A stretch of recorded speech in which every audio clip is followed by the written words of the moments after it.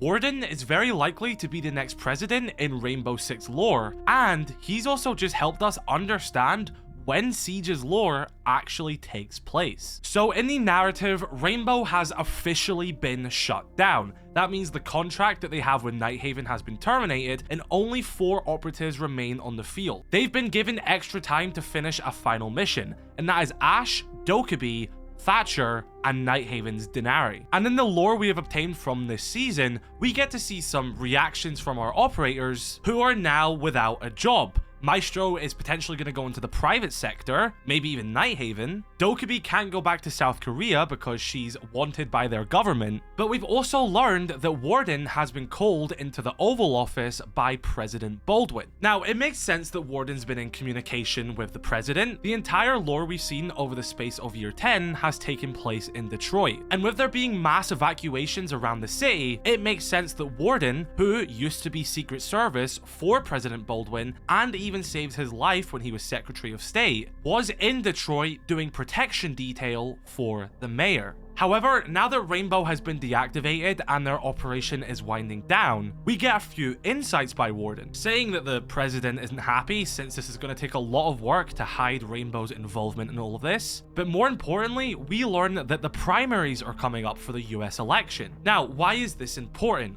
Well, Warden joined Rainbow Six Siege in our real-life universe in 2019, and in his bio, we learned that President Baldwin personally gave his commendations for Warden to join Rainbow, and Warden would join Rainbow near the end of Baldwin's second term. That is what has been stated in Warden's bio back in 2019. So, with Year 10 Season 4's lore showing us that Baldwin is still in office, and remember, US presidents can only have 2 terms, and that primaries are coming up, that means that Warden has only actually been in Rainbow for a maximum of 2 years. Meaning the year that Rainbow Six Siege actually takes place is nothing close to 2025. But with primaries coming up, and Warden now out of a job, he could either go back to being a part of the Secret Service and the President Protection Detail, or I think he's going to go down a similar route to Jack Ryan, and he's going to enter the race to become President of the United States. He's got the track record, he's got the reputation, and with the team now deactivated,